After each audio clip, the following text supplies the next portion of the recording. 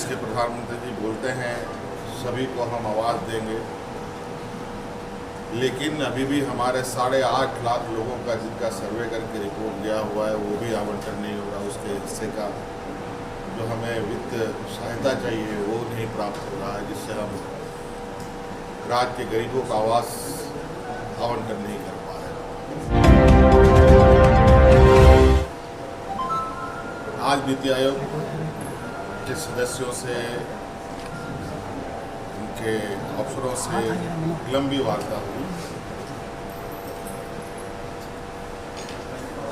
राज्य के लगभग सभी विभागों के संदर्भ में हम लोगों ने चर्चाएं की। बाकी चीज़ें ऑफिस की तरफ से आपको उपलब्ध होगा, लेकिन मोटा मोटे तौर पर हमने जो बाकी अपनी बातें रखी है कि जिस राज्य से देश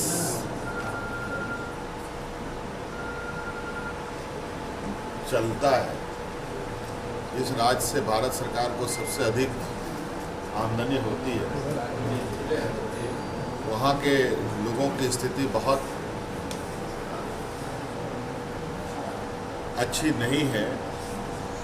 इसके लिए कहीं ना कहीं संसाधनों की आवश्यकता है और संसाधन जुटाने को लेकर के सारी शक्तियाँ लगभग केंद्र सरकार के पास। हमने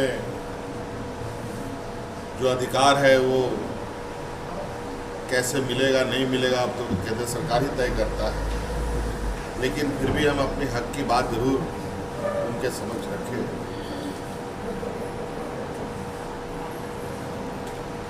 और जो कुछ केंद्र सरकार देती है उनमें भी राज्य सरकारों को विश्वास में ना लेकर के कार्य होता है तो इसका क्या बुरा परिणाम होता है। जैसे कोयला कंपनी के द्वारा हमारा लाखों करोड़ों रुपए का बकाया वो हमें नहीं मिलता है।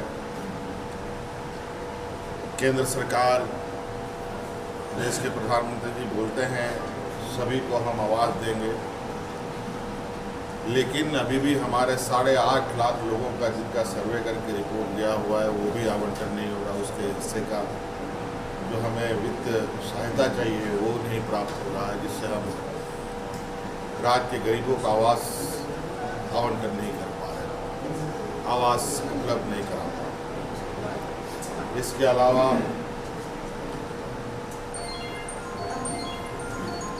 खाद्य सुरक्षा अधिनियम के तहत सभी गरीबों को अनाज देना सरकार का दायित्व है। और चूंकि झारखंड राज्य का सबसे पिछड़ा राज्यों में से एक है, जहां गरीब मजदूर तबके के लोग ज़्यादा वास करते हैं, राज्य सरकार ने अतिरिक्त 20 लाख राशन कार्ड, हरा राशन कार्ड बनाकर जो बचे हुए गरीब हैं उनको अनाज देने का जो योजना बनाया है, और उस योजना के तहत जो FCI से हम अनाज लेना चाहते हैं, लेकिन FCI राज्य सरकारों को अनाज नहीं दे रही, हमें भी नहीं मिल रहा है।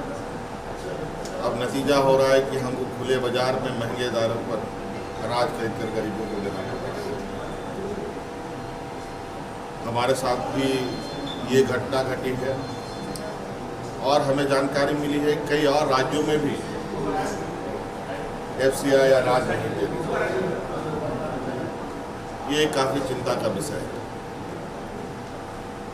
उसके साथ साथ जिस तरीके से केंद्र सरकार जिलों में अस्पताल खोलने का निर्णय लेती है और अस्पताल आधो अधूरे बनकर प्रधानमंत्री से उद्घाटन करा लिया जाता है, उस समय तो कोई सवाल नहीं उठता, लेकिन उद्घाटन के उपरांत सुदूरवर्ती क्षेत्र में जब मेडिकल कॉलेज की परिकल्पना की जाती है या खोली जाती है, जितना आसान बिल्डिंग बनाना है, ठेका टेंडर देना आसान है, लेकिन उसका संचालन उतना ही कठिन होता है। इसीलिए हमने आग्रह किया है कि केंद्र सरकार राज्य में स्वास्थ्य सुविधा मजबूत हो। इसके लिए इस तरीके की योजनाओं को चयन करने के लिए सबसे पहले या राज्य सरकार को इसकी स्वायत्ता दी जाए कि अस्पताल कहाँ खुले, कहाँ चलेगा। नहीं तो इन ग्रामीण क्षेत्रों में कोई भी फैकल्टीज जाने को तैयार नहीं है। उदाहरण के तौर पर आपने खुद ही देखा है, 10 साल से अधिक हो चले हैं, राज्य को एम्स जैसा मेडिकल कॉलेज स्वीकृत हुआ है और आज वो एम्स ओपीडी से ऊपर आगे नहीं चल पाया। तो कमोवेश यही स्थिति इन मेडिकल कॉलेजों की भी होगी। तो ये सारे कुछ महत्वपूर्ण बातें हमने बताई हैं। बाकी चीज़ें आपको पीआरडी से या विधिवत रूप से उपलब्ध है। बहुत सारी चीज़ें हैं, गंगा रिवर बेसिन से संबंधित बातें भी हैं, फॉरेस्ट राइट एक्ट को भी लेकर बात है, हमारे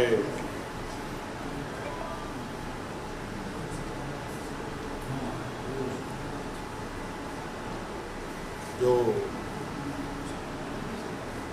महिला कल्याण से संबंधित बातें हैं, कई सारी बातें हैं। अब तो राज्य सरकार अपनी पूरी बातें आज नीति आयोग के समक्ष रखी है और लिखित रूप से भी नीति आयोग के समक्ष उपलब्ध कराई।